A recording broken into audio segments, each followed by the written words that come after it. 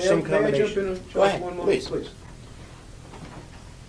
A case agent has a lot of pressure on him, okay? There's an expectation to bring home a conviction. That's the expectation, okay? And I understand it. I wholeheartedly understand it. I get it, okay? What had happened here, and it's in our belief, Ted Otto was a senior agent. I believe at the time of our case, he had about 22 years in seniority there. Yes, I believe an amount of time, yeah. And he was certainly a runner-up to take over the C-16 squad, the Gambino squad. He was certainly a runner-up for that. I believe in my heart, my cases have dealt him a setback. My first 2 trials have dealt him a setback. And that's when, after the second case, that we're getting ready to go and celebrate, Charlie comes and says, "You believe the nerve of this guy?" He sat down coming out of the court and he says, "This ain't over yet. This ain't over yet." Agent Otto said that to you. Yes. I He said it in my presence. I don't He said know it loud enough for Seth. who he and was Charlie to hear directing it. at, too, but yeah. Before I get to that time period between the second and third trial, because a couple of things I want to ask you about. Just coming back to Alite, you both referred to him as somebody that was not considered credible by multiple juries and by multiple jurors. Right. What about his testimony was dishonest? What did he say specifically regarding the charges you were charged with in the last trial? I'll let Charlie answer, then I'm going to wrap it up. I'll wrap that up. All right. I haven't read his book. I wouldn't pay 10 cents to read his book. But people have sent me little excerpts from the book that I found really very telling. And there's a part in the book where, as George Anastasia refers to it, Alite is saying, well, they wanted me to come in my jumpsuit because they wanted me to create a certain impression. They didn't want the jury to think that I was getting some kind of sweetheart deal. That's a little dishonest to begin with, because obviously, you killed a couple of people, and you made this deal to get a sweetheart deal. We know you're all going to get that kind of a deal. So I had a problem with that. Then during the briefings and the trial preps, there were many times when we had loud arguments between myself, the prosecutors, and the agents, because I felt pressure that they were trying to pressure me to tailor my testimony to conform with a certain version of the facts that they had from people who had cooperated earlier or whatever. And then he makes a very telling comment, and he says that as a result of that, I feel the truth got lost in the telling. So this is the guy doing the telling.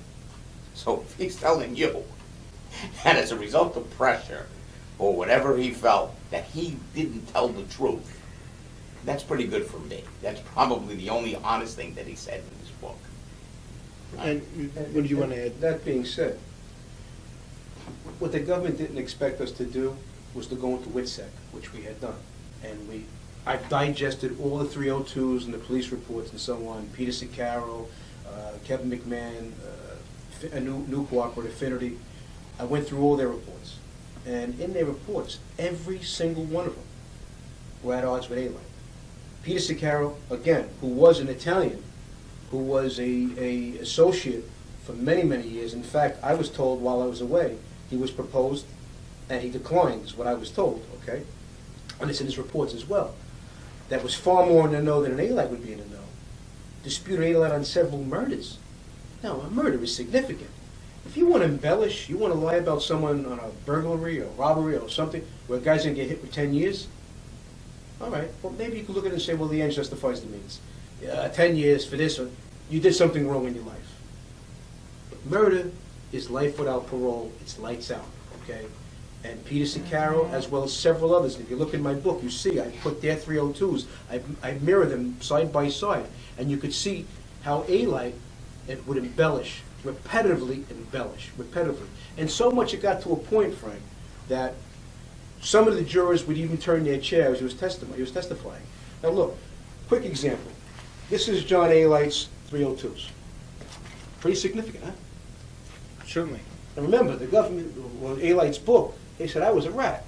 They had 4 or 5 pieces of paper, which we're going to get to. I hope we're going to get to that, sure. Okay? This is what a rat looks like, okay? That's what a rat looks like, okay? Hundreds of pages. Over 220 people. Statements and testimony against right here. But he was so bad as a witness in my trial, so poor as a witness, that they wouldn't call him again after my trial. They never called him again, not even against John Burke. Alite pled guilty we believe he did, to the same charge that John Burke was being charged with. He said he ordered it. He said he orchestrated it. John Burke was facing the death penalty for that case. The government didn't call A-Light? But you were the boss, according to you. You were the boss, right? You were calling the shots. You were the shot caller. And the government wouldn't even call him. They never called him again.